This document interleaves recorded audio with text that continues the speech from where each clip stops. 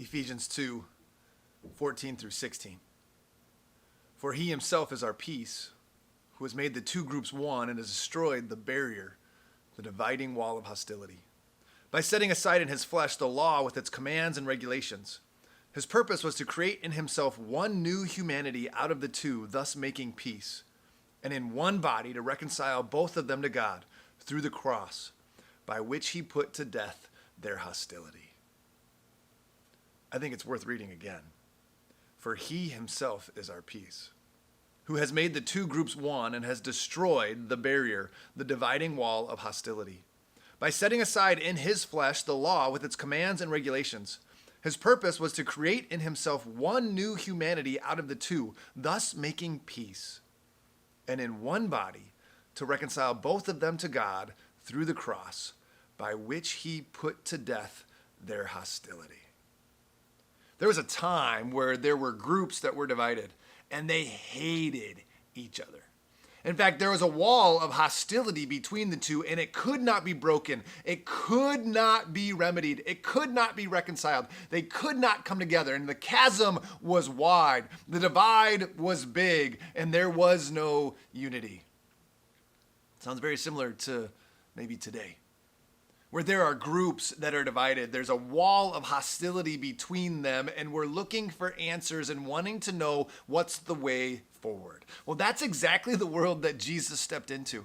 He stepped into a world that if we were to listen to these words and just read them with our context in mind, we'd sit there going, oh, I want that. For he himself is our peace, who has made the two groups one and has destroyed the barrier, the dividing wall of hostility.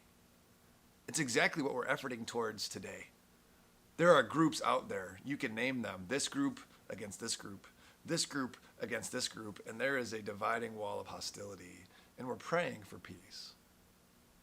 Well, the answer to all of this is the one who's already come. His name is Jesus, who brings the peace, and it says he got rid of the laws. He got rid of the laws? He got rid of the commandments. He put them aside, all the commands and regulations and all the things that were dividing people. He put them aside. Yes, why? So he could create one. So he could make one, creating himself one new humanity out of the two, thus making peace. Well, that's the answer that we need. We need one new humanity, not an old humanity, not a humanity where we're divided, not a humanity where it's hostile, not a humanity where we're fighting each other, but rather a new humanity where we become one. But there's only one banner, only one thing that we should align ourselves under. And that's not necessarily the flag that we're all agreeing to kneel to now, and it's not the world that we live in. Rather, no, it's setting aside those things, the commands and regulations of this world that divide and separate and create hostility, and coming together under a new banner. And that new banner is this. In one body, he reconciled both of them to God through the cross, by which he put to death their hostility. See, Jesus died so there would be a oneness. Jesus died so there would be peace. Jesus died so he could put to death the hostility. We need the same thing today. We need a renewal of the heart so that the two groups can come together and be one, and that the barrier of hostility will die. See, for there to be newness, oftentimes there has to be death. In order for something to live, something else has to die.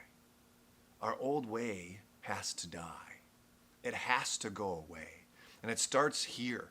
I've got to kill it inside of me and replace it with the thing that truly lives. And his name is Jesus, who died so that newness could come, so the two groups could be one. The answer we're looking for is right in front of our faces. We just have to acknowledge it. And it begins here. I can't change the world without changing myself first. And then in doing so, I can come together with others and understand that you and I, in Christ, are one. And when we find that unity together, then we can make a difference. But until that happens, we're just going to continue to fight. That wall will stay up, and we won't make any change. So let's come together under the name of Jesus, because the cross has put to death our hostility. Hopefully you're having a great day. See you tomorrow.